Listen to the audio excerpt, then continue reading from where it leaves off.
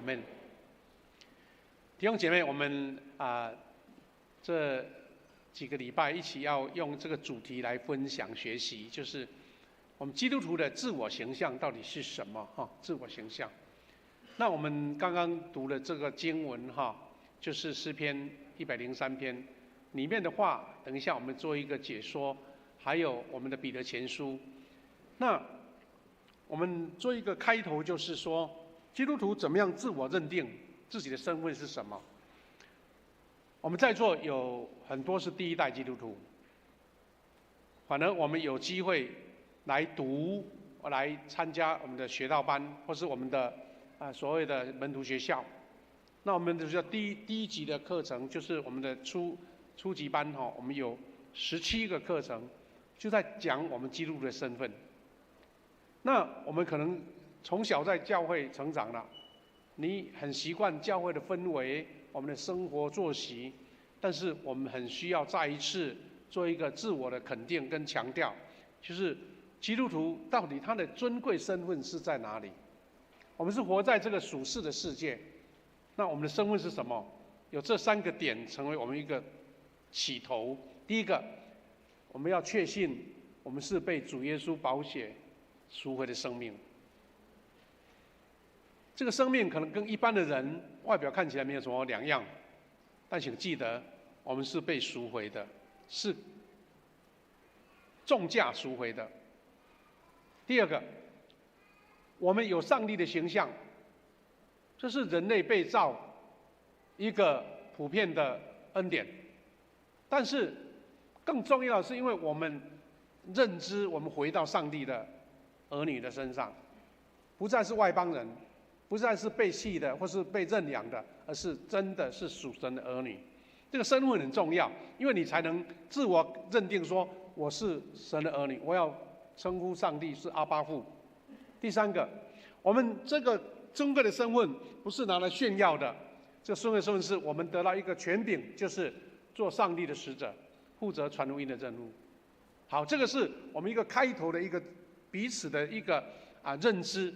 但是我们也知道，我们目前是处于这个属世的世界。就这个属世的世界呢，我们很多受影响，就是说我们这个身份明明有了，但是被遮蔽了，或是被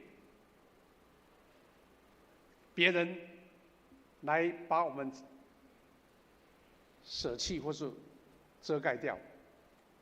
那为什么会有这样的影响？因为我们活在这个属世的世界，带来负面的影响。第一个就是我们俗世文化跟价值观的污染。我们台湾有很多名嘴啦，或是我们的台湾社会的氛围啦，我们常会被影响到。对金钱的观念，对生命的观念，人跟人之间的关系，或是我们追求的人生的目标，都会受俗世的世界影响。第二个更直接的就是我们受到黑暗权势的搅扰，很多看不见的属灵的力量在影响你，或者在干扰你，会在引诱你，或是在刺激你，甚至打击你。我们不知道，被影响了。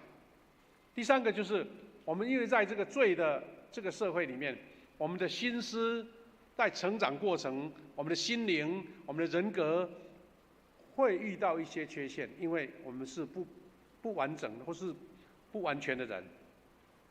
那这些在每一个弟兄姐妹我们人的身上都具备都有，但是你怎么样去排除，或是怎么样去克服，或是把上帝儿女的身份再一次做强调，这是今天我们要一起学习的。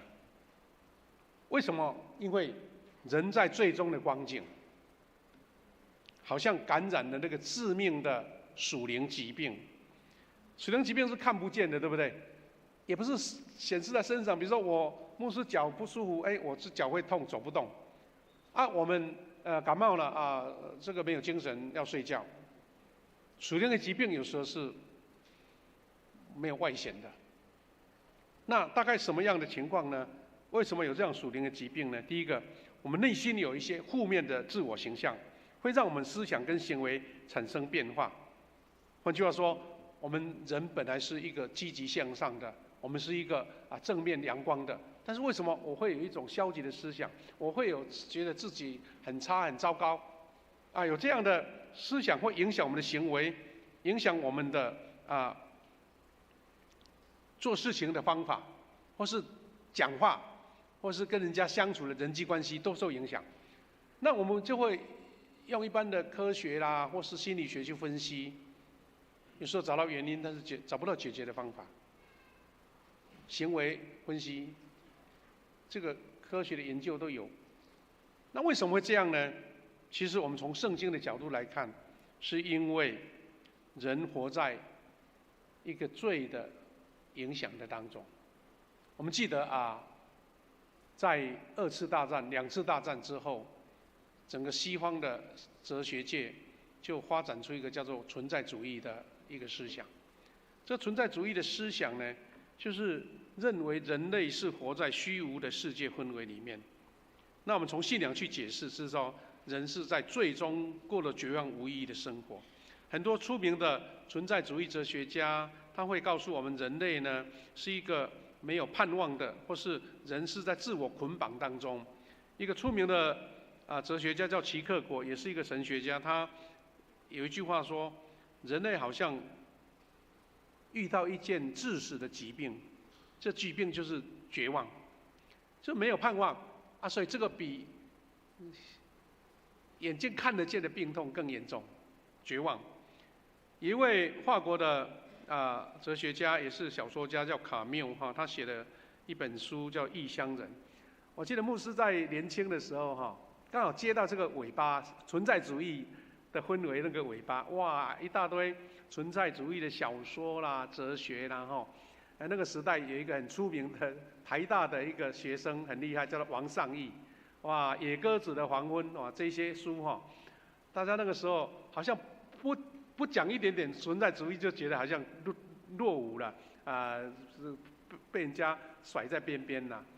为什么那个时候有那个氛围？因为2次世界大战，大家发现说，人类怎么愚笨到彼此互相残杀的地步，好像整个生命的那个体系就被崩溃掉了所以那个时候的存在主义一直在讲到这边。这个卡缪他说，人生是无意义的，宇宙不合理的。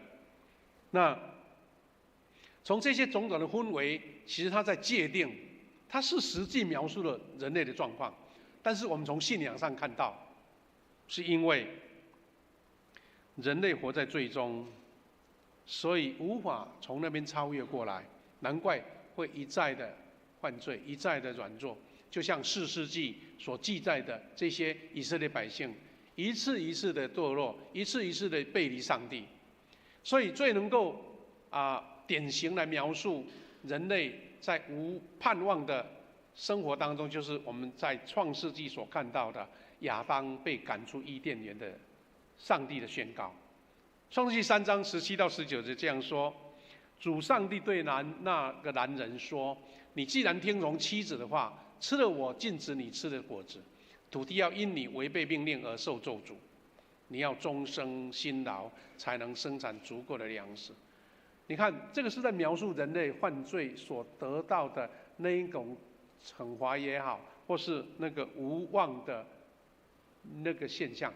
他说，你吃了我禁止你吃的果子，竟然土地是要被咒诅的，而且要终生辛劳才能够有足够的粮食。土地要长出荆棘杂草，而你要吃田间的野菜。你要汗流满面才吃得饱，你要工作直到你死，归于尘土，因为你是用尘土造的，你要还原归土。这些话其实是具体而为的把人类的那个处境都显现出来。当我们从人类历史去印证这些话一直在人类的生命当中发生，那这是人类普遍的现象，不是讲个人，人类普遍的现象。所以有人这样子描述说，从亚当犯罪堕落以来，人类在整个生命的过程当中，就像被罪的病毒所感染、所辖制被罪的病毒当然不像 COVID-19 这样子马上生病不舒服就躺在床上，不是。那个罪的病毒就是有时候让你无法察觉，但是在我们的生命当中、我们的生活当中、我们的日常的行为当中显现出来。有人把它整理成大概是这样的现象啊。第一个叫做类似中毒的现象。我说灵里的中毒哦，人类会用很多不良的习惯来自我捆绑，生活习惯、饮食习惯，甚至有情欲的捆绑，有上瘾的捆绑，有那些明明知道不好不对，但是改不掉的，这个叫做中毒的现象，这是灵的中毒。因为人为什么想要去吸毒？你明明知道这个不对，这个不好，不应该。有人沉迷在赌博，有人沉迷在酒精，有人沉迷在被一些毒品、吸烟那一类的东西捆绑。为什么呢？那就是罪的病毒在影响我们人类。第二种就是一种不幸福的自我形象，感觉上觉得我这个人活在这世上没什么意义啦，没有资格被爱。尤其你观察或是在旁边的人，有些人可能在成长过程当中不幸福，或是也许是单亲，或是曾经被霸凌，或是被人家嫌弃。有的学生在学校被人家欺负，他整个人格就被扭曲掉了，变成觉得说世界没差我一个啦，不差我这一个，不被爱是很自然的事情。第三种是生病的自我形象。人在伊甸园本来是一个完全不受病毒或是病痛影响的，但是当被罪来的时候，我们发现人会在病痛的恐惧当中，甚至觉得担心这担心那，就没有一个自我的意志力去对抗说我是被主耶稣宝血所洁净的，我是一个健康的个体，我是一个活泼有能力的，常常会被那个病痛所恐惧捆绑住。那最后一个就是很多人普遍有，甚至是一个民族、一个社会所有的，就是失败的自我形象。失败的自我形象，有那个贫穷的灵在当中。人有时候在活在一个社会氛围当中，或是一个家庭当中，一直认为说我再怎么努力也没什么用啦，那耍废算了啦，躺平算了啦，当成一个社会的一个没有用的人，也不想努力，因为努力也没用，可能这个被社会影响。所以有人在观察说，在南美洲的一些国家一直循环在贫穷当中。那为什么奇怪？它明明物产很丰富的，一个国家叫智利，你们知道，在南美洲一个很狭长型的，因为安第斯山的左边从头到尾很长很长，左右才没几十公里啦，但长度就很长。这些智利的人有人观察，有人统计说，他们的铜矿就是开采不完了，再怎么开采都够用。但是这个智利的政治不好，他们的生活、他们的贫穷一直存在，常常发生有时候不是政变的，就是政治不稳定。原来他们去观察到说，智利被白人统治过，但是他们本地的他们的那些在地的人觉得自己矮人一截，没有自信，觉得是被殖民的，特别是原住民，所以他们没有那种自我向上或是成长的那一种力量。那这个就是贫穷的灵，或是失败的灵。另外一个国家叫做巴拉圭，以前曾经跟我们是邦交的国家，我们常常要拿钱去帮助他们。其实巴拉圭比我们台湾大很大，物产也比我们丰富，为什么那么贫穷呢？原来这个类似跟智利一样，有人观察到说那边有一种植物就是好像野草，有那个根茎的，就是在泥土里面它会长出像地瓜一样，所以很容易生长，也不用特别栽培照顾，所以拔出来就可以吃了。但是呢，那种野草哈，就是好像那个马铃薯啦，或是地瓜哈，有一个很特性，就是你拔起来，你要在1、2天内把它吃完，不然的话会腐烂掉。有人把它称为就是巴拉圭的一个玛纳哈，一个玛纳。那他们也是常常遇到经济上的衰弱的问题。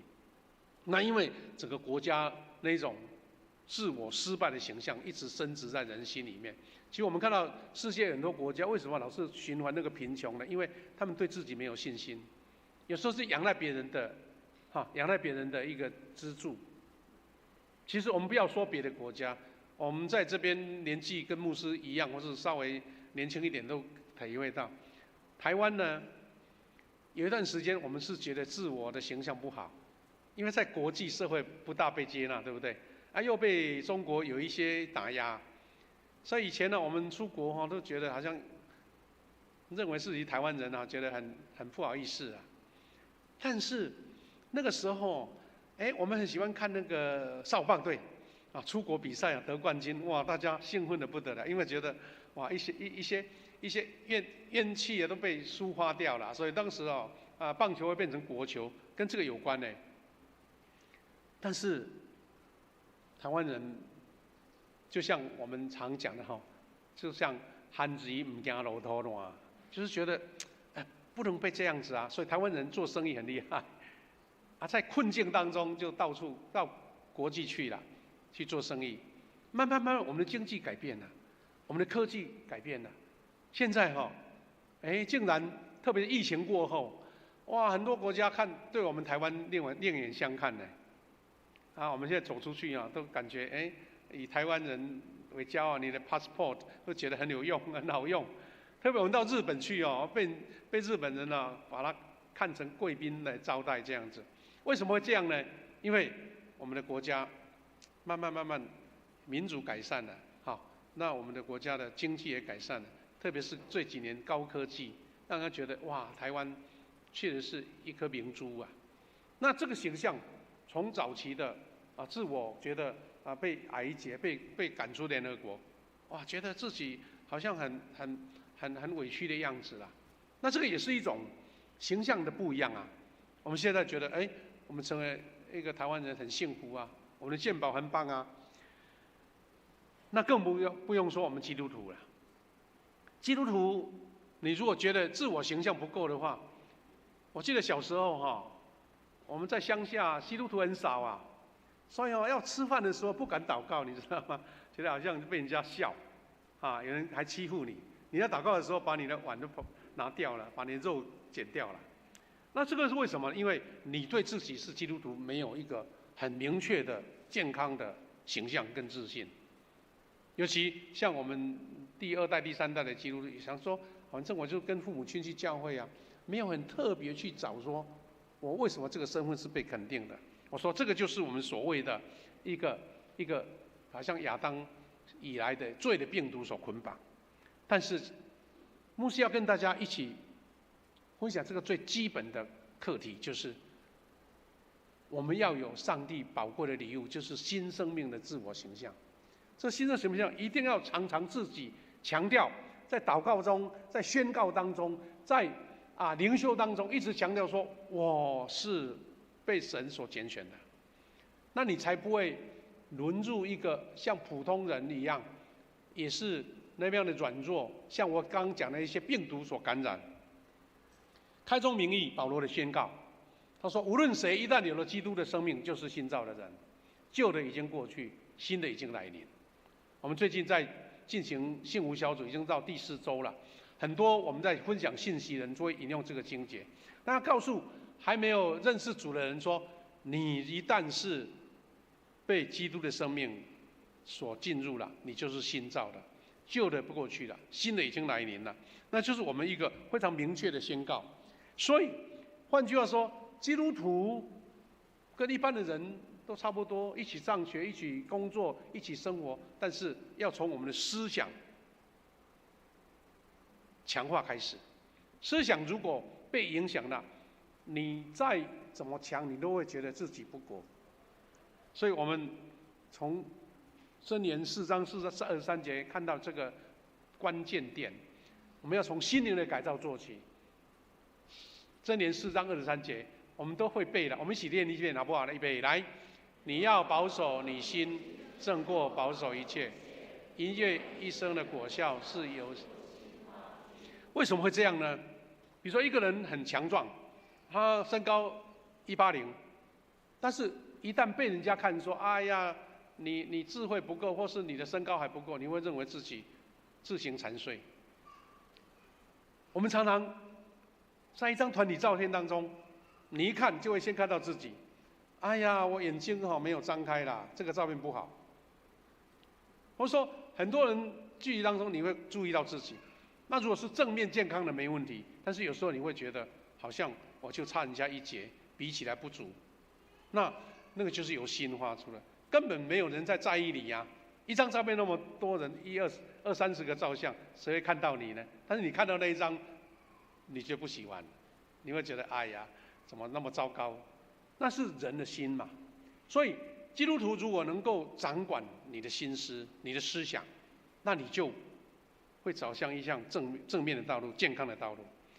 牧师很喜欢一段话，我们常常会在网络上看到，他说：思想跟命运的关系，小心你的思想，因为他们会成为言辞，你常常说的话，负面的会有负面的言辞。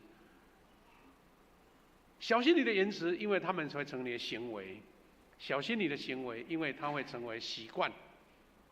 再来，他说：小心你的习惯，因为它会成为你成为性格；小心你的性格，因为他们会成为命运。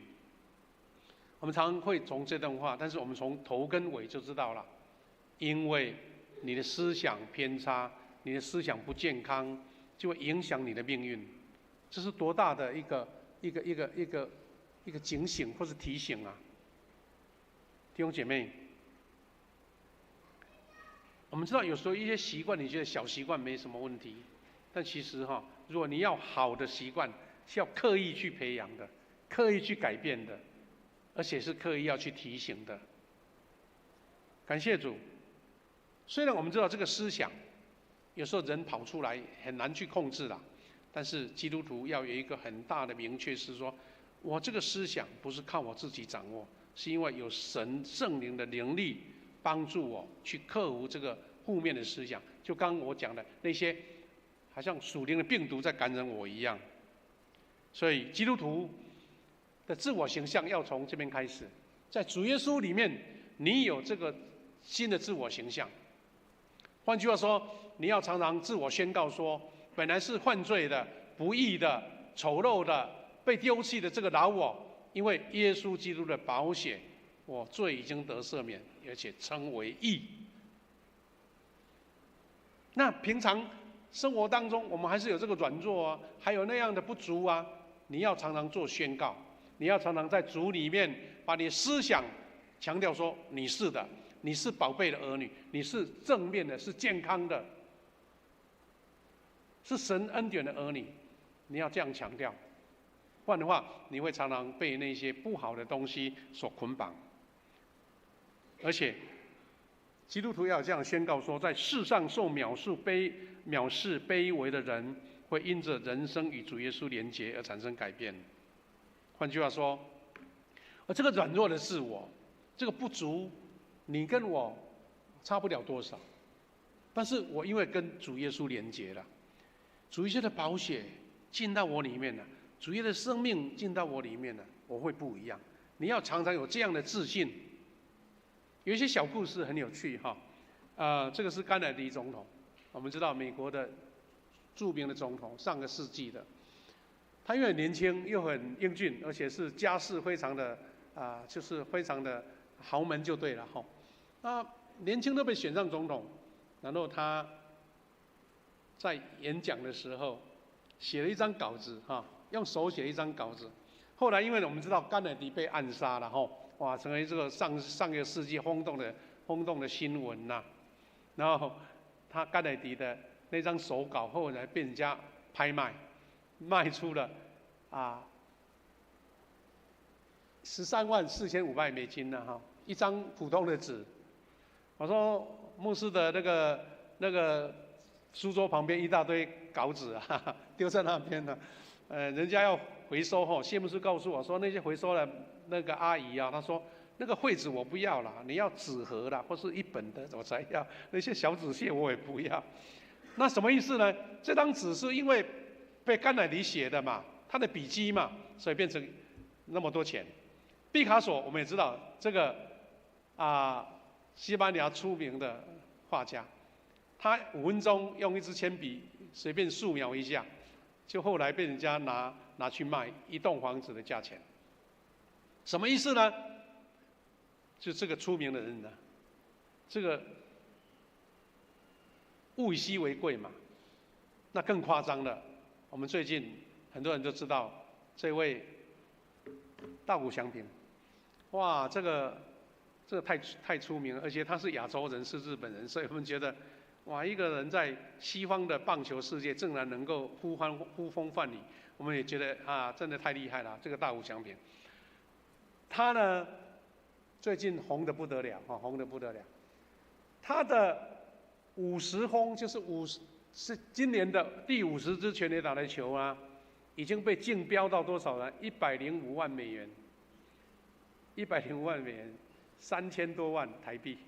为什么那么多钱呢？就是一个球而已啊，价值才买最延长的也只不过几千块好不好？但是被卖到这么多的价钱，而且是日本人标的，现在还在涨价哦。为什么呢？因为日本人觉得说，哇，我们这个日本的球星呢，这个球要把它标下来，拿给他做纪念。因为50轰50盗，美国的棒球历史到现在他是第一个，所以难怪那么珍贵啦。而且更夸张的是那个道奇的球场，他们竟然把那个大谷翔平跑过的那个山垒是到本垒的那个土地的泥土，把它挖起来卖，一份说有4766美元。什么原因呢？反正你喜欢你就会想要买，因为我觉得拥有大谷翔平踩过的土感觉很荣耀这样子。这个意思是在让我们知道说，我这个生命可能看起来没什么珍贵，但是我跟耶稣绑在一起就不一样了。拥有耶稣的宝血，我这个生命是比大谷翔平的球还珍贵的。有一个小小的故事，我们更了解这个差异的故事，价值差异的故事，跟谁绑在一起很重要了。他说，一根稻草丢在街上是垃圾，但是跟白菜以前人没有什么塑胶袋，对不对？来捆白菜，那一根稻草就是白菜的价格。但现在秋天到了，大闸蟹哇，那个蟹膏很好吃啊。那个稻草来绑螃蟹那是螃蟹的价格。同样一根稻草，为什么不一样价格？是因为你跟谁绑在一起很重要。弟兄姐妹，这个故事让我们理解到什么呢？我是一个罪人啊，根本在神面前抬不起头来，但是因为跟耶稣在一起，跟耶稣绑在一起，所以基督徒要常常自我宣告说，上帝赐给我一个健康的自我形象，包括我们的肉体的健康，也是靠这种信心来宣告的。你知道吗？有美国很多科学研究都这样讲哦，说每一个礼拜正常来做礼拜的，他的健康指数比一般不正常做礼拜甚至不来做礼拜的，至少健康10岁，就是至少寿命大10岁，那是有科学根据的，因为他是统计啊。这些人有在做礼拜，那些人没有，为什么呢？因为常常在教会里面去建立那个自我健康的形象，我是有活力的。我们的松联常常请我们的医生1个月来讲一次啊。那个医生都很惊讶，说：哇，你们松联的一个年纪那么大，大家都活力十足，而且光彩漂亮，因为他们自认为说我是被神所遮盖的，被神所照顾的，我是有健康的身体，我要唱诗歌来赞美主，那种整个心境不一样。那基督徒更需要这样的宣告，特别你在吃饭、你在生活的祷告，神啊，你要赐给我一个健康的身体，因为我是被耶稣所赎回的，是宝血所洁净的。等一下我们讲道完，要一起来做一个医治的祷告。我希望你有这样的自信，有这样的信心，是在神面前宣告我是被医治的，而不是纯粹说好像这个动作、这个仪式走到前面来，你是依赖别人，而是你自己建立自我的信心哈。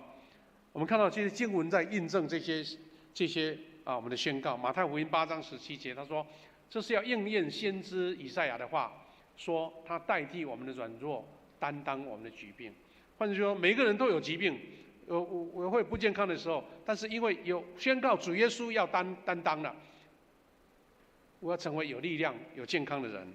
第二个，彼得前书2章24节，基督亲自把我们的罪带到十字架上，使我们不再生活在罪中，只为公义而活。由于他所受的创伤，我们得到了医治。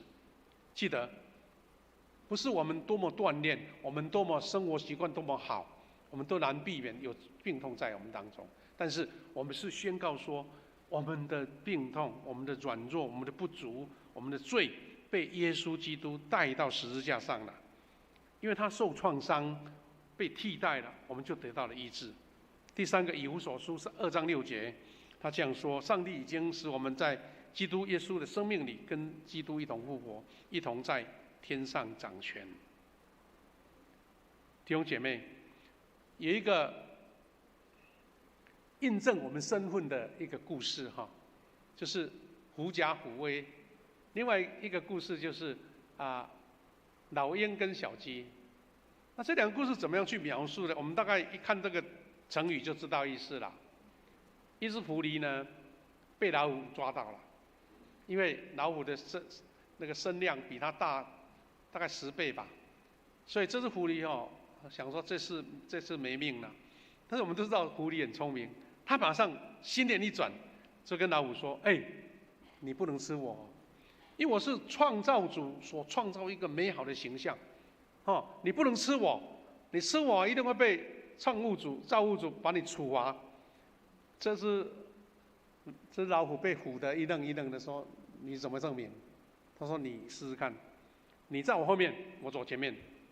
你看所有的野兽，所有的动物都要逃跑。”那个老虎也真的乖乖说：“好，走吧。”就是真的，老虎呢就在狐狸的后面一直走，真的看到所有的万物百兽都逃到丛林里面。然后这只狐狸说：“你看吧，你看我的身份多么珍贵，你怎么可以吃我呢？”真的就是他这样被释放了，因为老虎不敢吃他。那我们都知道这个故事是说，其实万物怕的是怕老虎，不是怕他，怕这只狐狸。那什么意思？就是说，有时候假的身份都能够骗过别人了，但是真正的身份，你有没有认知？你的身份是贵重的身份。那另外一个故事就是老鹰跟母鸡，当然是小鸡也有是老鹰跟鸡的故事。这个故事版本很多，但简单来讲是什么呢？说有一位好像很会探险的年轻小朋友，他到树林里面去，就看到有一窝那个老鹰的巢有一颗蛋，他就好像很调皮，就把它捡回来了。想说这个蛋到底能不能吃？不行啊。他就想说，刚好家里的母鸡在孵蛋，要孵小鸡，他就在暗中母鸡去啄食的时候，就把它放到母鸡的那个窝里面，让母鸡来孵。没想到真的，后来小鸡都孵出来了，那个蛋孵出来，原来是一只老鹰的蛋，所以一只老鹰一起来。那老鹰小时候跟这些小鸡跑来跑去，在地上跑来跑去，打滚啦、翻土啦、吃虫啦、吃那些五谷啦。哇！有一天，一只老鹰飞过来了，母鸡说：“赶快躲起来啊，危险啊！”所以这只小鹰也跟小鸡赶快藏起来，藏到草丛中，因为怕被老鹰吃掉嘛。不过这些小鸡都躲起来，只有这只小鹰说：“奇怪了，明明它有翅膀，我有翅膀，为什么它在天上飞，我们要在地上打滚？吃那些野虫呢？奇怪。”他就跟他的这些同伴把他当成兄弟姐妹，说：“人家会飞，我们也一起飞好不好？”那些小鸡是说：“不要笨了啦，我们就永远在地上的啦，不用飞了。但是这只小鹰觉得，哎，跃跃欲试，它就跑到一个高高的地方，开始展示它的翅。但我们知道老鹰的翅很长嘛，跟鸡的翅不一样。哎，摔了几次，它就真的飞了起来了。原来它的身份本来就是老鹰，就可以在天中翱翔的。但它当自我认定它是老鹰的时候，它就不再跟小鸡一起在地上打滚了，它是在空中飞的，是吃山上的那个野兽或是一些小动物，或是喝山上的甘泉。那这两个故事给我们一个对照。狐狸，它再怎么装也是狐狸，不是老虎。但是小鹰，它认出自己的身份，它是飞上天的，而不是小鸡。那我们基督徒呢？你怎么样认定你是狐狸呢，还是那只老鹰？所以基督徒有一个自我的形象的建立，就是不再沉溺过去负面的形象。负面的自我形象，因为诗篇给我们明明白白的宣告。诗篇第5节，103篇第5节说：“上主用种种美物来满足我，使我青春常驻，健壮如鹰。”我们在复习整段经文，他说：“我的灵啊，要颂赞上主，要用整个身心颂赞他的圣名。”再强调一次，他说：“我的灵啊，要颂赞上主，不要忘记他的仁慈。”不要忘记什么呢？第3节他有讲了，他赦免我所有的罪，他治好我一切的病。第4节，他救我脱离死亡，他以怜悯慈爱环绕着我。第5节他说，用种种美物来满足我，使我青春常驻，健壮如鹰。弟兄姐妹，我们从诗篇的宣告就知道说，我这个身份是老鹰的身份，是健壮如鹰，是青春常驻的。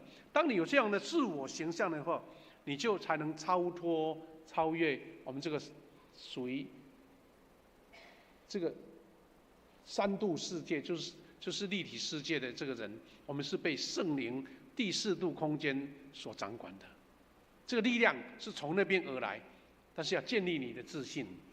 所以我们一起来勉励，我们要以上帝所赐的新身份来生活。常常强调自己，彼此鼓励。你是上帝的儿女，你是荣耀的。所以用上帝的眼光来看自己，因为你是用神的眼光，是用老鹰的眼光，而不是小鸡的眼光。第2个，接纳爱惜透过基督宝血得救的自己。你是被拣选的，你是被重价赎回的，所以你的自我形象是一个新的自我形象来生活。我们做一个例子是说，我们都知道我们的身体我们的手指的指纹，几十亿人当中没有一个一样的。上帝为什么那么的认真呢？把这个事情看得很重，因为他就是要创造独特的你。你是认为这个没什么，反正大家的指纹但是你是认为你是被上帝所造独特的。昨天我们在参加幸福小组的时候，我们跟一个贝斯的在谈话的时候，有一张那个天父的信的卡，它里面讲的说，你在母腹当中，我已经拣选了你。那位姐妹感觉非常感动，觉得说我是独特的，被神所拣选的。弟兄姐妹，我们当基督徒，你不要一直以为我只是跟一般的人没什么两样，你要自己强调分别出来，我是最独特的，是独一无二的，连指纹也不一样。我们的头发有多少，神都数过了。最后是我们要自我形象跟上帝的观点一致，就刚刚讲用上帝的眼光来看。当我们有这样的自我形象的时候，你每一天起床的时候就宣告说，主啊，我是被你所拣选的，我是荣耀的儿女，我要做出比一般人更好的形象来荣耀你。所以当我们有这样自我形象，我说那些属灵的病毒影响就会被减低或是被消除。所以我们才能以上帝的爱爱自己，活在幸福的生命当中。弟兄姐妹，基督徒的自我形象本来就有了，但是你自己没有发觉，你自己没有做宣告。我们要一起来做祷告，然后我们一起奉主的名来宣告，我们是被得医治的。我们现在做祷告，我们先预备，我们要做医治的祷告。谢天父上帝，感谢你，感谢赐给我们基督徒，你赐给我们全新的生命。当我们一再自我宣告的时候，我们就发现我们在神的眼中是独一无二的，是被拣选的，是被看重的，而不是在这个层层的这个人世当中在乎在尘，没有任何的特色。主啊，让我们看重这个基督徒的自我形象，在宣告当中看见神的独特在我们当中，让我们有健康的自我形象，有平安的自我形象，有幸福的自我形象，是神儿女宝贝的儿女的自我形象。感谢主，我们是当中的一份子，请你将这样的力量赐给我们，神圣灵来启示我们。我们要一起做医治的祷告，求你带领我们一下蒙恩得治的一个过程。感谢赞美主，祷告奉耶稣基督的圣名祈求，阿们。弟兄姐妹，我们要请我们的敬拜团一起带我们来唱这首诗歌《医治我》。当在唱的时候，弟兄姐妹，